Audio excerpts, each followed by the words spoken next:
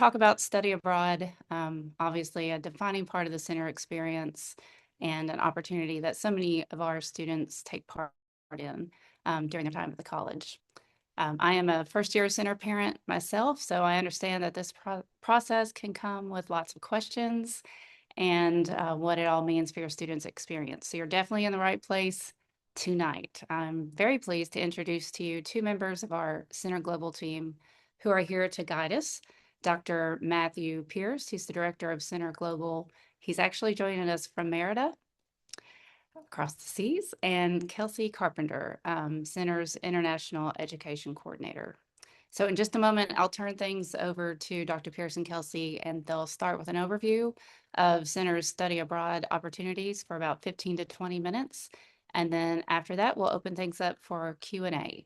And you're welcome to submit your questions using the chat feature in this session, and we'll help facilitate those questions to Matt and Kelsey. So our goal is to keep this session to about an hour. If we were to go over that hour and didn't get your question answered, we will follow up with you by email.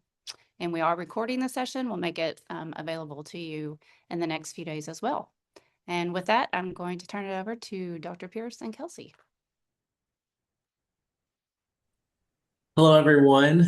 Thanks for joining us this evening and coming to talk with us. My name is Matthew Pierce, and I'm the director of Center Global. And I thought we might introduce ourselves first. Me and Kelsey introduce ourselves, and then I was going to give a little bit of an overview of study abroad at Center and what our office does before we open it up for Q&A.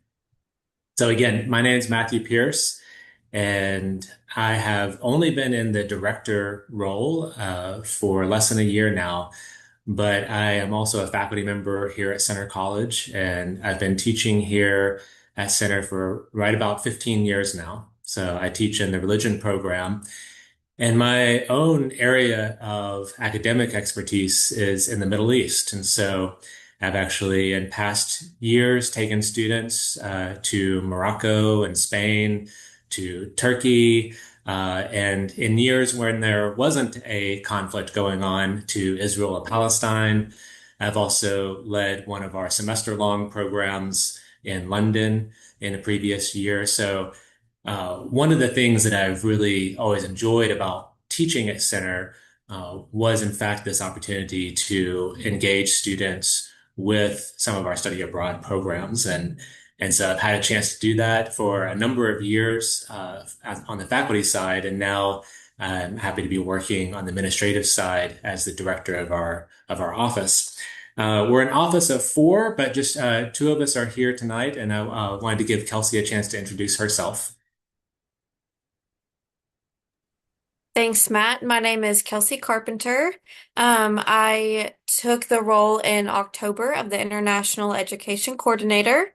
Before transitioning to this role, I worked in student life for several years at a different institution. So in my role as International Education Coordinator, I cover all sorts of different roles behind the scenes, and I'm usually the first person that your students will come into contact with as they enter our office space. So I can definitely help get people pointed in the right direction if I'm not able to help their questions. But I'm excited to be here and hopefully get to know some people better. And yeah. Great. So I wanted to say a few words before we open up with Q&A about kind of our work in general. And as was mentioned before, I'm actually speaking with you from Merida in Mexico, where we have one of our flagship programs. So I took the opportunity this week to come down here and do a full assessment of our program. This is one of our important programs. And so like all of our programs, we try to make sure that we are very familiar with all the details of how they run, our partners, get to know our partners, those relationships with the people on the ground who work with our students every day is very important. So I'm actually here this week doing a week full of meetings and classroom assessments and getting a chance to enjoy what is a really wonderful city of Merida.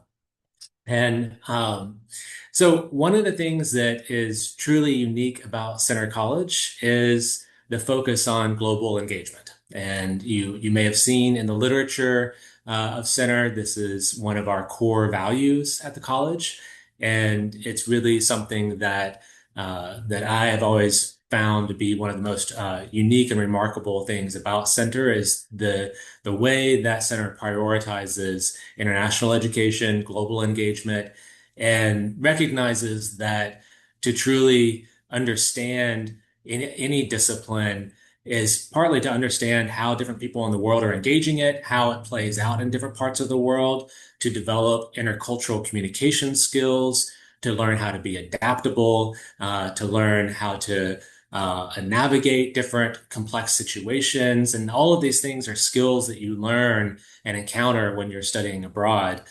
It's also, we work hard to connect our courses that are study abroad courses with the Career and Professional Development Office.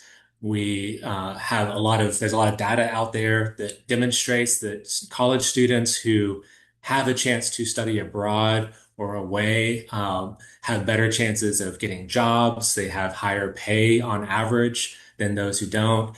And part of that is just that you have these experiences that people don't always get a chance to have. These are truly unique, often just really amazing experiences that our students get to have and your students get to have that most people don't get a chance to have. And so it's really a pleasure and an honor to be able to be working with the students to get the chance to have these opportunities. Now, the other thing that makes Centre unique in this regard is just how much it becomes a part of the life of the college. And a lot of other colleges in the US have study abroad programs, and I've always been amazed at how some of my colleagues and peers at other institutions, they have a long list of programs that students can partake in, but they don't have nearly the same number of students who are taking advantage of those opportunities. So our one of the numbers that you've seen out there that we take a lot of pride in is that we have about 85% of our students do study abroad or away at some point in their time here. We have a commitment to make sure that everybody has an opportunity at some point during their time, if they want to study abroad or away, to be able to do that. And then we also have just incredible buy-in at the college by the faculty. And so one of the unique parts of our programs is that a lot of our programs, not all, and I'm going to give a little bit of a survey of our programs here in a moment, but a lot of our programs are faculty led. And so that means that our own faculty are going with students in many cases, are there to help students navigate and debrief and to understand what's going on.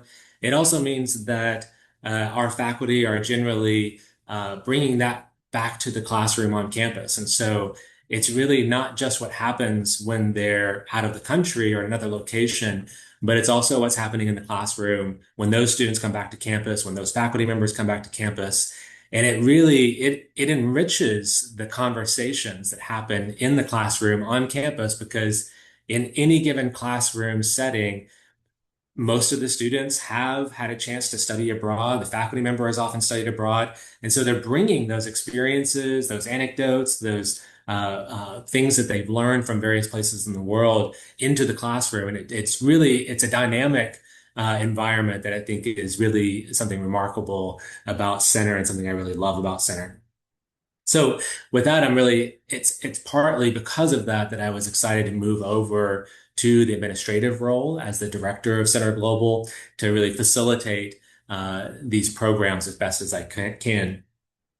So let me just give a real brief overview. I know a lot of you are familiar with this, but a brief overview of some of the programs, kind of bird's eye view for a moment, and I'll address a couple of the most commonly asked questions before we open it up for other questions you might have. So the big thing to keep in mind in terms of the Centre Study Abroad opportunities is the difference between our semester programs and our center term programs. And here we do have a few summer programs, but those will operate the same way as our center term programs that operate in January. So those are the short term, typically about 3 weeks programs.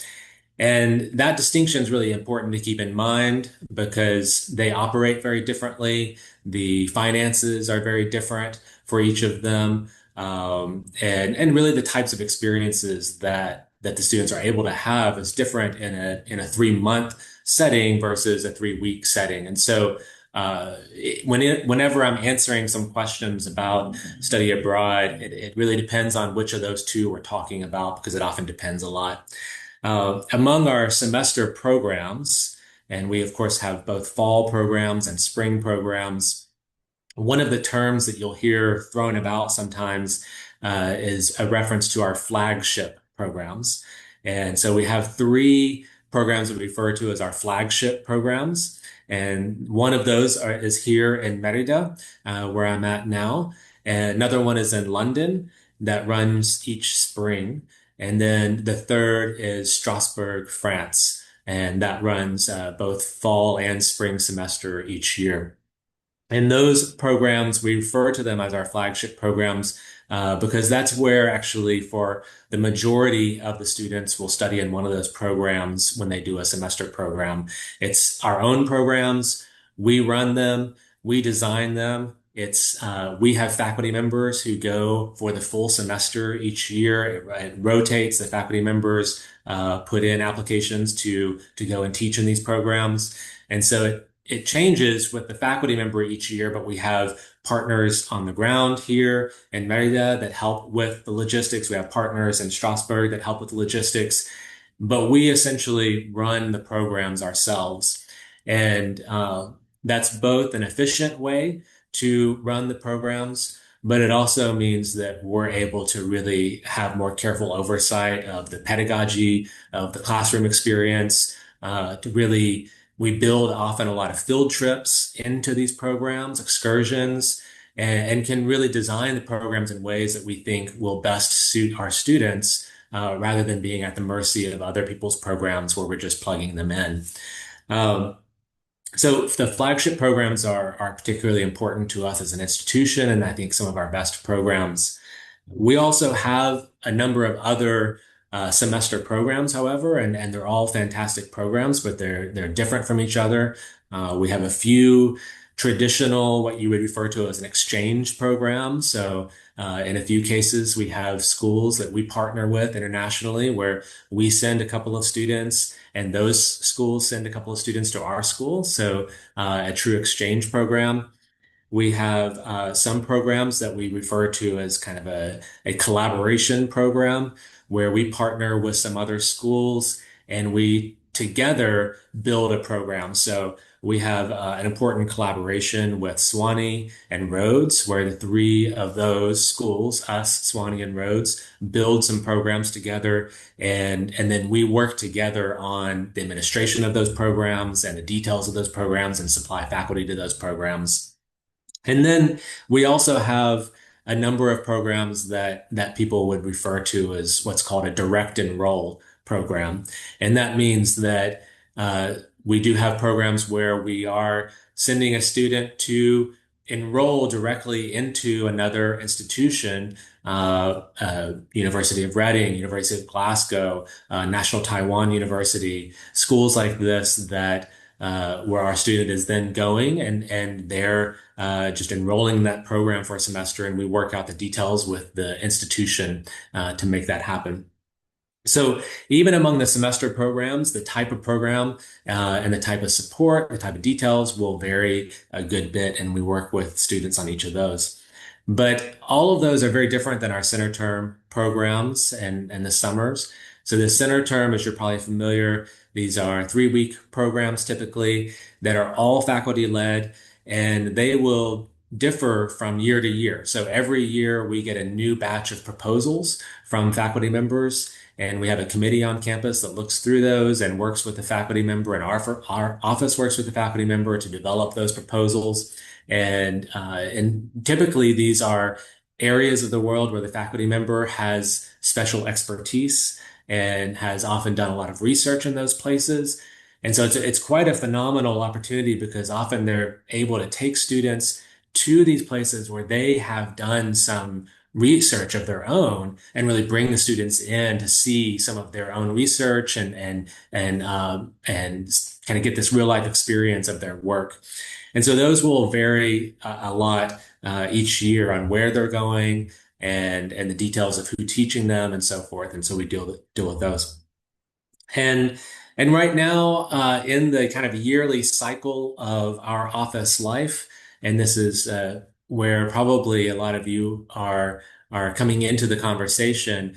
We are at the point where we've just gone through all of the applications for programs for next year. We do these applications a year in advance, and so students just earlier this month were informed of their placements on different programs for next year. And I'm assuming that for most of you, you probably have students who have been placed or been accepted into some of those programs.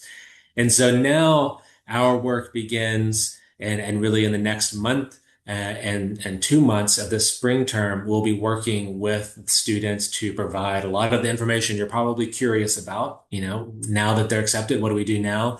And we're unrolling that information right now to students over the next several weeks to get them started on those programs. And finally, let me just the two biggest issues, questions, if you will, that typically come up particularly for families and parents. And so I wanted to go ahead and just bring those up to start with, are finances and safety. And these are obviously very, very important questions and matters that our office deals with in a great level. This is a lot of our work is dealing with those two topics. So let me just say a word about both of those. Here with the finances to start with, it's another moment where we have to make a distinction again between the semester programs and the short-term, center term, and summer programs, because the finances work completely different, particularly from the parent side, they work completely differently. So for the semester programs, and this is something that we're proud of and we work hard to make possible, but the semester programs are the cost of those semester programs are all built into the school's costs of tuition, room, and board. So if your student is going on one of the semester programs, the tuition fees, the costs of doing those courses, all of the details that are involved with doing that are covered in the tuition and room and board that you're already paying, and in any scholarships and fellowships and funding, your whole funding package stays exactly the same. So from the family side and the finance side for semester programs, it all stays exactly the same, but we're able to help the student instead of studying on campus, study in another location. Now, the caveats to this, the fine print, if you will, that does need to be acknowledged here. Just a couple of things that stand outside of those costs. One, that you all probably just recently might have helped some of your students pay is that we have a $400 fee that comes on the front end. And that fee, we actually began implementing that fee several years ago because it's an administrative fee that helps maintain the programs, but it's also really a fee that helped us determine who's really planning to go on these programs, because we found in some years past we didn't have this fee, and we had a real problem of students saying, yes, I'm going to go on this program, and then they would they weren't really sure that they wanted to go on the program. They wanted to switch programs later. They drop out later, and that for our office, where we're putting an immense amount of money down in advance to get these programs operating, it wreaks havoc on the programs. And so we have to have some way of trying to make sure that students really are committed and really are going to go to this program. And so that's where that $400 fee is really essential for us to help determine that. So there's the fee of $400. And then the other real cost that family members have to think about is that the student needs to get to the site. So just like students have to get to campus when they come study to campus, and students are coming from all over the place. We have students literally coming from all places in the world to study on campus, and they have to get to campus to do that. The same way with our study abroad program, they still have to get to the place where they're going, which means for most of you, there's a plane flight involved. And so that, again, the cost of that differs significantly depending on where you're going to and where you're traveling from. But it is a cost that we recognize has to be accounted for. There's scholarships available, there's internal scholarships that we're just now starting to process for getting students applying for as well. So there's some details with that. But otherwise, the students' needs are paid for in the tuition room and board. So that's something that we're excited about. And that does differ for those of you who have students who are planning to go on a center term course. The center term programs operate completely differently. Each course comes with a fee that is listed when the students apply for the course, and that fee is truly just the cost of what it takes to do the things that they're going to go do. So when the faculty member comes and proposes a course, and they have to present a budget to us, and they lay out exactly where they're going, what they're doing, how much that's going to cost, how much it costs to get into this, this museum, how much they're going to go. They're going to provide a certain number of meals to the students, how much are those meals going to cost. In most of the center terms, they actually typically include the plane flights as well. So they'll buy the plane tickets in bulk for the whole group to go fly together. And so all of the actual costs of what it takes to go do these things then comes out to a per student fee. And so that's the fee that comes with those courses. And again, it differs a lot from course to course and exactly what's included. We try to be as transparent as possible and make sure the faculty member is transparent about what's included in those fees. So finally, and I promise I'll turn it over and see what you have to ask us about, is the safety question.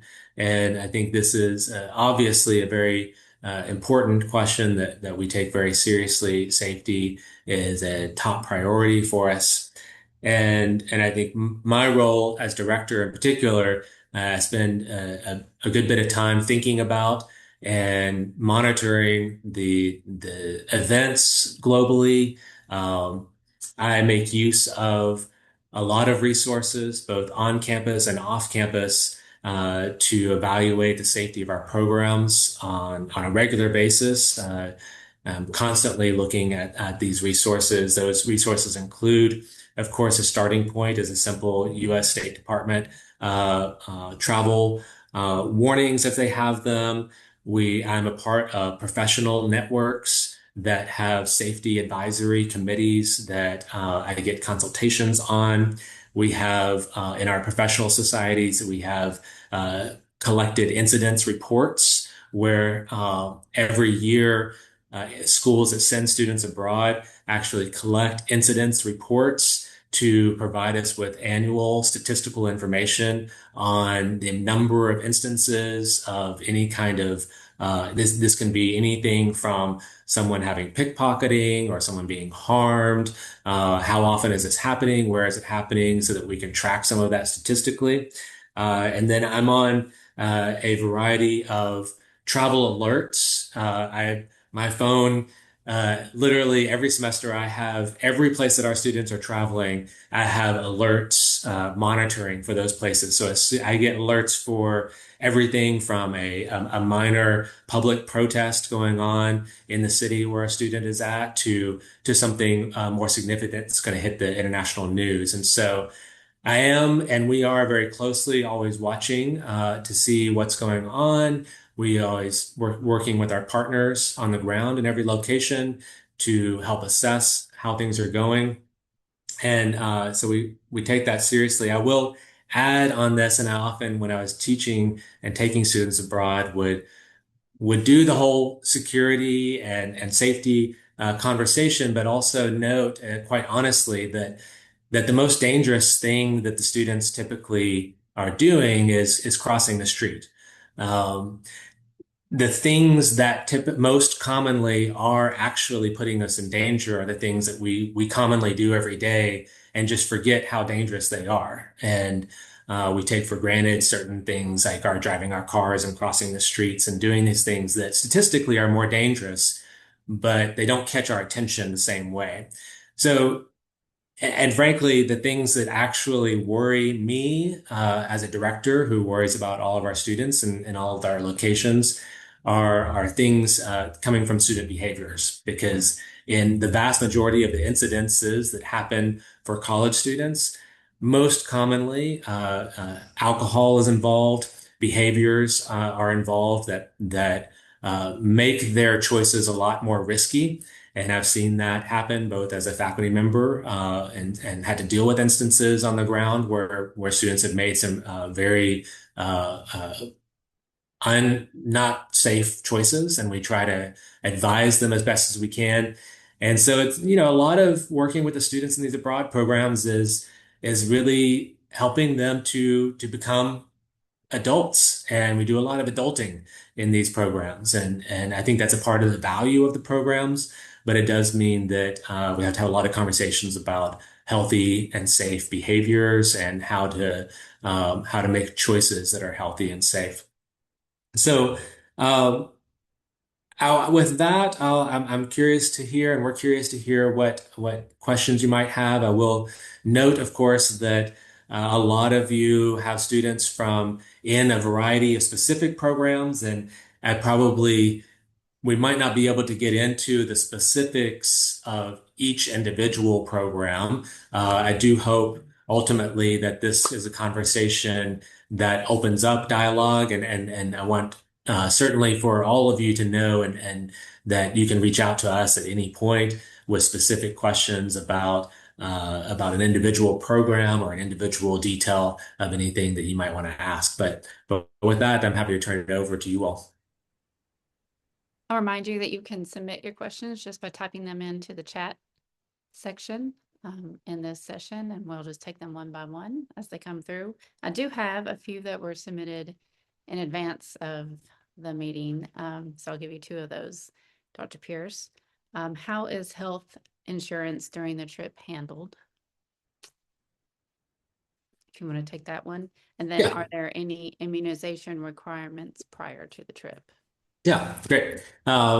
So with the insurance, we have a travel and emergency insurance plan that covers all of the students for every location they travel in for the entire duration of their travel. Even if they travel, a lot of students will like to do a little bit of extra travel on their own before or after the program. So maybe they go on a center term program to Spain, and afterwards they want to, with their friends, go travel for a few days before in France before they go back to the United States. So even that travel, that's as long as it's attached on either end to a program that they're involved in at center, the travel and emergency insurance covers. So that travel and emergency insurance plan, I should note, is not technically a medical insurance. So it covers anything that comes up with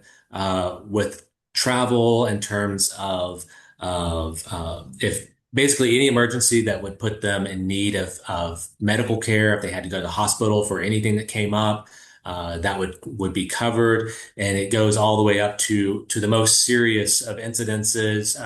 God forbid that we ever have to have an instance where we're life flighting people out or putting people in a more serious situation where we need to bring families in to visit a student who's seriously in the hospital.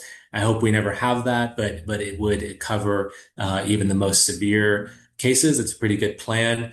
And it covers incidences that come up with the travel. I know that it's not a medical insurance plan in the sense that, and this is more commonly a conversation we have with students for semester programs, especially, it doesn't cover routine medical care. So if the student wanted to just go have a dental cleaning, or if they want to just have a routine checkup, it doesn't cover routine medical care. But absolutely anything that puts them in an emergency room or makes them need medical care, it will cover that. So and so it's a pretty good plan, and all the students are covered by that plan. Um, on the immunizations side of things, so in our pre-departure orientations and process that again for students going next year, we're just kind of getting these things organized and started. So the students will be hearing about these things in the coming weeks.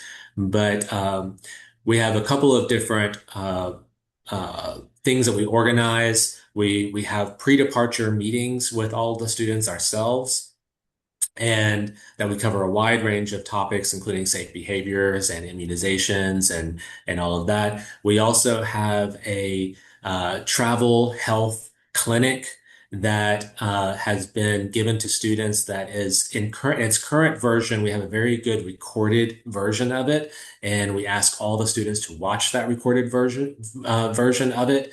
And that recorded version is with a specialist travel doctor who specializes in travel medicine at UK Hospital, who has helped us in the past on this. And he also serves as a resource to us when we have questions, or if students need to go see someone to get further advice. So that travel clinic is very helpful.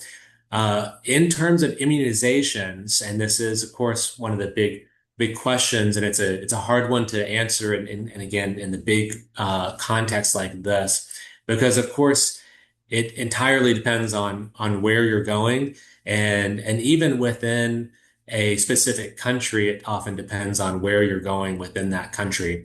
And so first and foremost, we encourage, and the doctor who does the travel medicine clinic always encourages the students to take this seriously, to go and to consult. The main resource for this is to look at the CDC website. The CDC website is very useful and user-friendly, where you can look up the specific places that you're going, and it will give you the recommendations for any immunizations that you might need.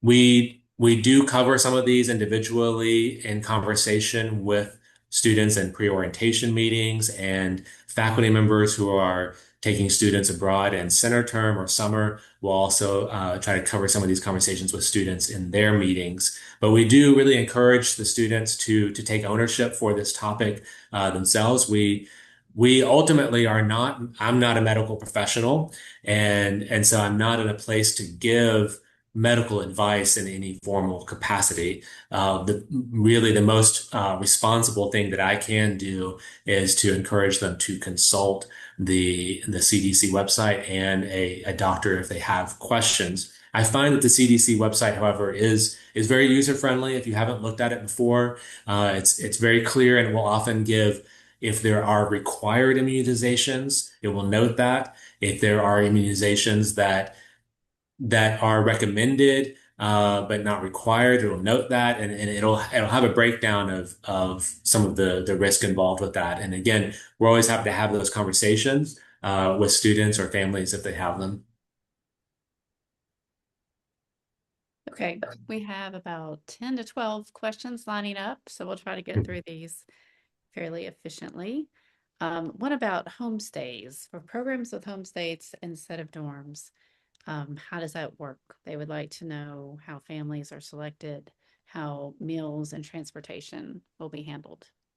Yeah, great. So yes, we do have a few programs where homestays are available.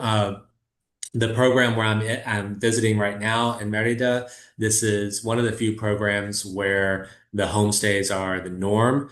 So all the students stay in a homestay, whereas some of our other programs, the homestays are an option. In Strasbourg, it's typically an option. Now, there's also the reality that sometimes, because we have preset numbers of apartment buildings available, and sometimes we tell the students to give us their preference, but sometimes if they want to go on the program, we only have a spot in a homestay available, and our apartments that we have available are full. And so we take their preference into account there, but not all the students do homestays there. With our homestays, and that's especially here in Merida, we have, again, longstanding partners that we work with who vet all of the families very carefully. In fact, literally tomorrow's meetings that I have here tomorrow morning are to go meet with some of our homestay families and to review the process and the guidelines that we have with our partners here about both the vetting, background checks, and education that the homestay families are provided with here. And it's actually quite extensive. We've had really excellent success with our homestays. Often students are understandably a little hesitant to do homestays because for any of us, and I would be the same. It'd be out of your comfort zone to go live with another family. It can be I'm a little shy, and so it'd be hard to step out of myself and do that. But without fail, we have just incredible response from the students who have these experiences, the families in the homestays here in Merida. The families actually provide all of the meals for the students. And and really what this means is that the students here eat much better than the students in a lot of our other programs where they're trying to fend for themselves and cook for themselves, which is also a great skill for them to learn, but they don't always have quite the level of skill as some of the families that we're working with here. And so the students eat well. We have here, and again, this is just fresh on my mind because we were talking about this today in preparation of our meetings tomorrow with homestay families. But the coordinator here who works with our homestay families, she meets with the homestay families every week to check in on how things are going. We have very good communication with the families and with the students to make sure that everything's going well. So there's a lot of background, there's a lot of education. We take into account things like preferences. We always have some surveys that we give the students in advance try to make a good match as much as we can, see what the interests of the students are and match it well with a homestay family. Certainly, if any students have allergies or especially if they have animal allergies, we make sure not to pair them with someone who has an animal or again, just as much as we can, we try to tailor it to the specific interests and needs of the student and make sure that it's a good match. And we typically have more homestays available so that if every once in a while the student moves in and it's not a good match and then it doesn't seem to be going well, and we can find them another opportunity. So it is a little bit of a complicated dance that involves a lot of networking and a lot of relationships, but we've had a really good success on that front. I'll group a few of these questions together that pertain to flights. How do you arrange for flights on the semester abroad? And for the flagship programs, are the students responsible for arranging their own air travel flights directly with the airlines, or does Center arrange the flights? Are the students reimbursed by Center for the flight cost? Right. So yeah, if we're speaking about the semester programs, and that would include the flagship programs, in those semester programs, again, the students have to get to the site on their own. So that means that, yeah, the students and families often, obviously, I realize that families are often the ones helping pay for those things, are going to have to find how to get there in terms of purchasing the flights. So Center doesn't, and our office doesn't purchase the flights for the students to get there. So you would want to be looking into those. We do, however, provide information to the students, and this is all program by program specific, but provide information to the students about when they need to get there, what day they need to arrive, who will be available to meet them, where will they meet them, In some programs, we have people meeting them at the airport when they arrive. Some programs, they're meeting at the lodging, the dorm or the building where they're going to be staying, and then they're given specific instructions about how to get from the airport to that location. We have people, again, especially in our flagship programs, we have a faculty member there who's going to be helping to make sure that the students get to where they need to get to. And each of our faculty members for the flagship programs typically are create some kind of like group conversation on a like WhatsApp or some kind of communication platform, so that they're in direct communication with the students as they get ready to leave, when they get there, and can really make sure that we get them to the site where they need to be. We do have some programs, again, not our flagships, but other programs for our direct enroll programs that require a greater deal of independence on the part of the student, where they're going to a university in another country, and we can tell them where to go. And in some places, there might be someone there to meet them when they get there, but they're going to be just like international students coming to Center, and they got to get here and find the dorm. There's with all these places, there's someone there to help them, and we are always in communication and available to the students to help them if they have any troubles or questions. And our partners in every location is very helpful in that regard. But in general, the students do have to find their way to the location. Okay. Trying to navigate some of these together Yeah, sure. to group them together, that might be most advantageous. Is there a list of all the cities and country opportunities for each semester? And secondly, is the semester study abroad 3 months or 5 months? Which months for each semester? Yeah. So we do have a list of all of our semester study abroad programs. As I mentioned, the center term January programs, those change every year. So we have a list every year of that year, but they change so much. But the semester programs, absolutely, those do not change very much year to year. Every year we're evaluating, and sometimes we are looking to add a new program or maybe close up another program, but those stay the same, and we have a list of those. We can provide a link to someone who can get it to you that has a full list of all of our semester programs. We have about 20 programs, semester programs, and those are most of them run either fall and spring, like either fall or spring. Some of them are just fall, or some of them are just spring. Any of our semester programs. Well, I should say most of them are about 3 months, but some of them vary in length because in some cases we're working with partners who have their institution has a longer semester.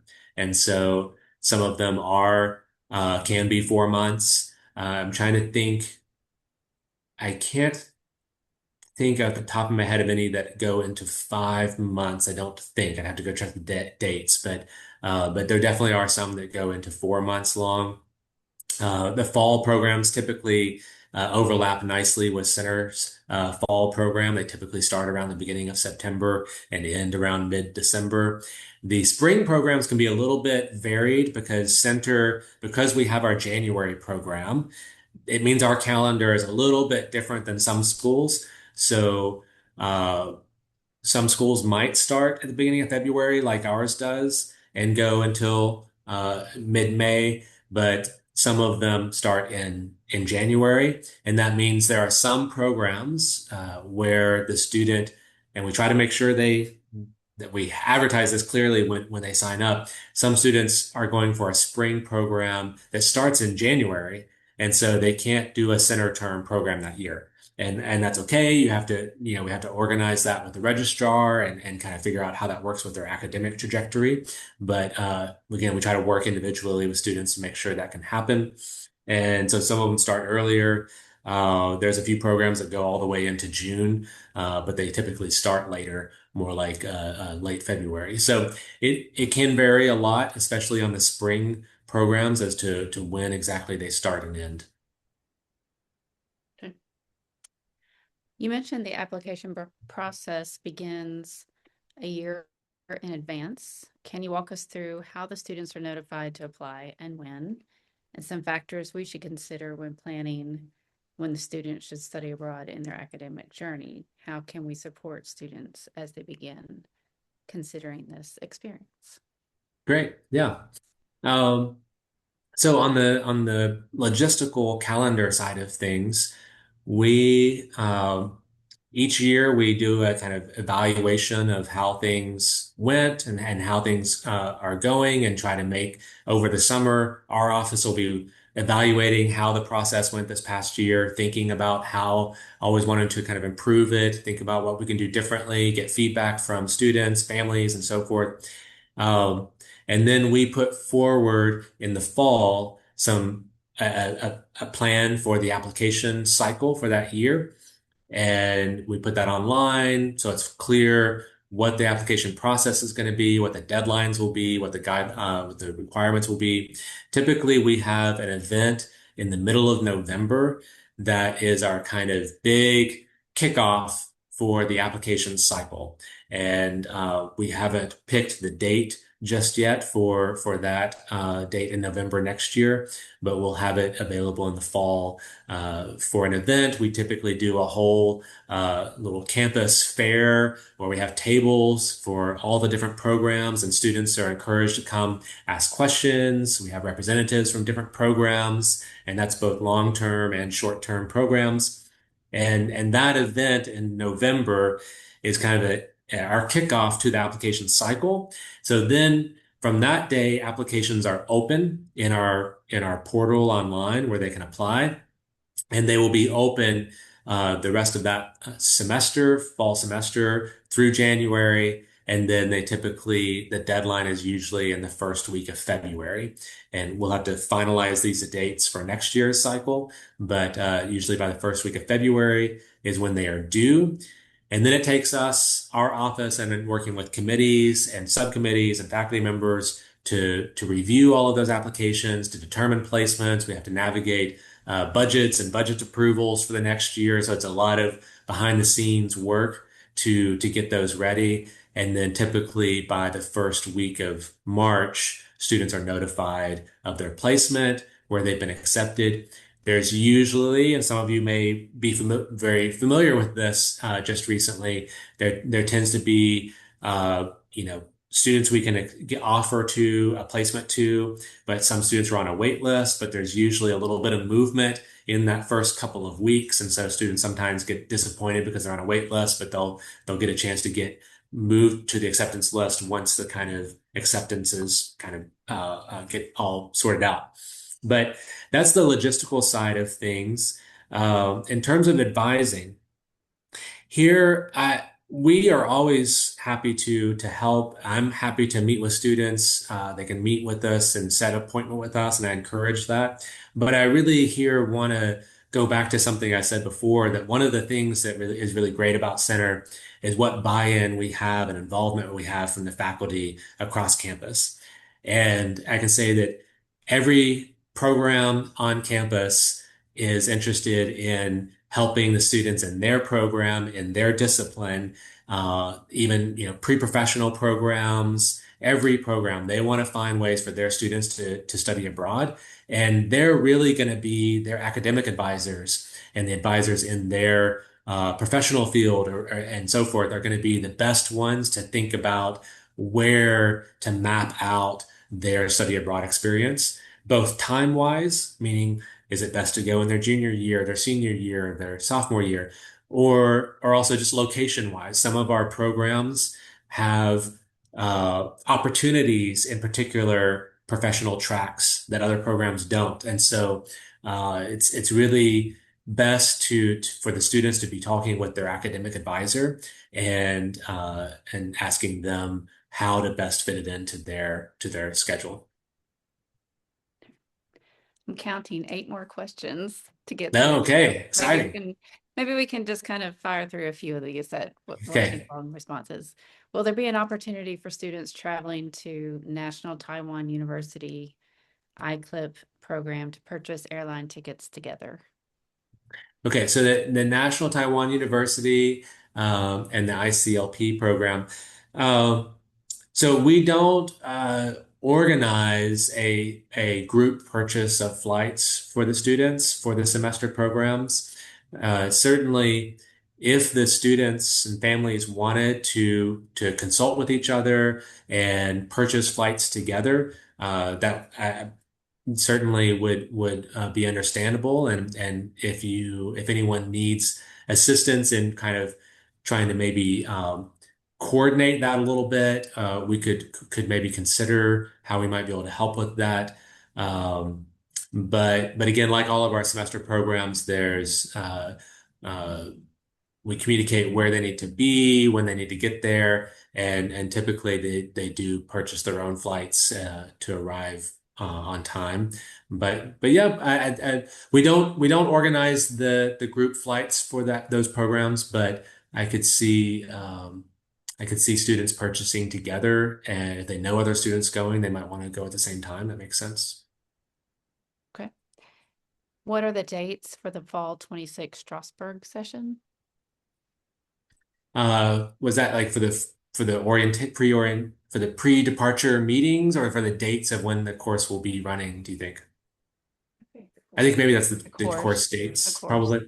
Um, that we would have to, that's one of those details that we're going to be in the next couple of weeks communicating with the students. Uh, we, we're in conversation with our partners there, about some housing details. Again, there's a lot of behind the scenes logistics that we have to organize. And, I don't believe we have quite set the dates for that firmly, but I also don't have all of my notes in front of me here where I'm at, not my office. So, um, we'll have that information out to the students very soon, though. Okay. Are there additional safety measures in place given the current geopolitical situation? Um, I mean,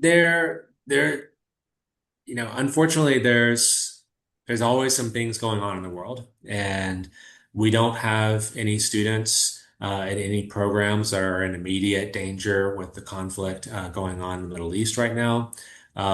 We wouldn't be sending students there right now, obviously. Um, there are, however, always, and we send out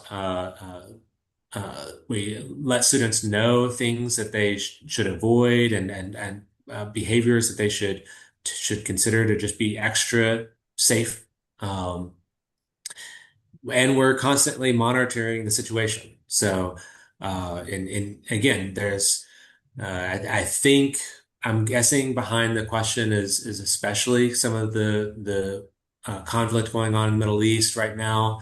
But the reality is, because I wouldn't want to sugarcoat this, is, there's a lot of different complicated political dynamics going on in many places in the world, and so we're watching and trying to keep informed about any of the locations where our students are traveling, and those are the programs where we're really paying attention, and so yes, if anytime anything changes for those locations, we're making sure to evaluate that. And if we need to have different communication, or if we ever needed to make a change of plans, we've made changes of plans in the past to be extra cautious.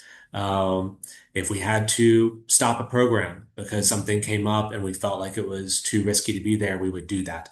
So those are things that we have emergency protocols to consider if needed. Okay. Okay, we have 4 more questions to move through.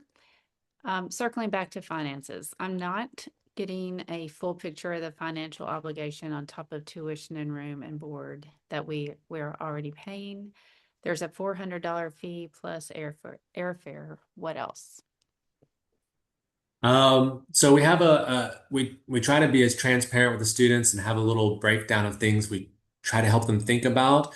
So the $400 is right up front, as we mentioned, the airfare, you got to get there. Beyond that, we're talking about semester programs. Beyond that, you're really talking about, we try to make sure the students have thought about the fact that normal incidentals, personal expenses that they would have. Again, it's a lot like on-campus living where their toiletries, they're going to need to have money for their toiletries. They're going to need to have if they have a phone plan, they might need some. They might be an extra cost for an international phone plan if they don't have a plan that has roaming and options like that. So we try to encourage them to think about how are they going to be communicating with their family? What kind of phone plan might they be using? Is that going to be an extra cost? Uh, these kinds of just daily life, frankly, for a lot of the students, what comes up in terms of extra costs are really lifestyle habits. We try to remind the students that, you know, most of the locations they're going, there's a lot more opportunities for them to go spend money at restaurants and bars and events in the cities. There's a lot of things going on, but all of those things that they go and choose to do, places they want to go, those are their own expenses. Those are their own choices, but they add up. So those kinds of incidentals, things that they want to go do, those are on their own that they need to budget for. If a student is accepted and attends a winter term abroad sophomore year, can they still apply for a semester abroad their junior year? Yes, absolutely. We do try to make sure that every student gets a chance to study abroad or away at some point. But we often have students do similar things to that. Yeah, certainly. Okay. I'm curious if Center helps educate students on things like pickpocketing. We can do this from home, but also feel like they may be more aware of Center discussing it as well. Yeah. So that gets covered. It gets covered a little bit in the travel clinic video that we ask them to watch. We also try to cover that in some of our pre-departure conversations that we have with them. And then especially for our short-term courses where it's faculty led or our flagship programs where it's faculty led, that's what's one of the benefits of having the faculty led programs is that we can really reinforce those because to the person who asked this question, their point, not only is it more helpful for maybe us to say something, but really the faculty member to say something, and really for them to be reminded after they get there on location. That's especially helpful, and so that's where some of our faculty-led programs we're able to have the faculty members remind them after they get there and start to get comfortable to remind them to be careful and how to be careful and some safe habits in that regard. Okay. And the final question is about waitlist. Is there an easy way to find out where a student is on the wait list? Is there any way to appeal the process for a senior to get off the wait list? So we don't share formally, like we don't post or publicize the wait lists, and we don't give formal kind of numbered rankings. Mostly just it gets a little bit weirdly competitive between students. It can be a little socially problematic when you start telling people what number they are on a wait list, and also because those wait lists can be constantly shifting, and there's a lot of variables that go into them that sometimes the number on the wait list doesn't give an accurate description of their likelihood of getting in. So we often are telling students, they'll come to our office and say, can I find out where I'm at on the wait list? And I tell them that, but then we will tell them, and if any of the students have questions, I encourage them to come ask us. We can give them a sense of generally where they're at on a wait list. Is the wait list very long and they're in the middle of the pack, or are they in the top quarter of that, the bottom quarter? We're happy to kind of give them a sense of kind of where they're at and what their chances are. And I think like a lot of things at Center, we're trying to be consistent and have policies that we follow transparently, but we also do want to always be open to an appeal or if we've missed something, if there's something that has truly been unfair or not, adjudicated accurately, and someone's wanting to make an appeal, definitely have them come talk to us. We would want to hear that.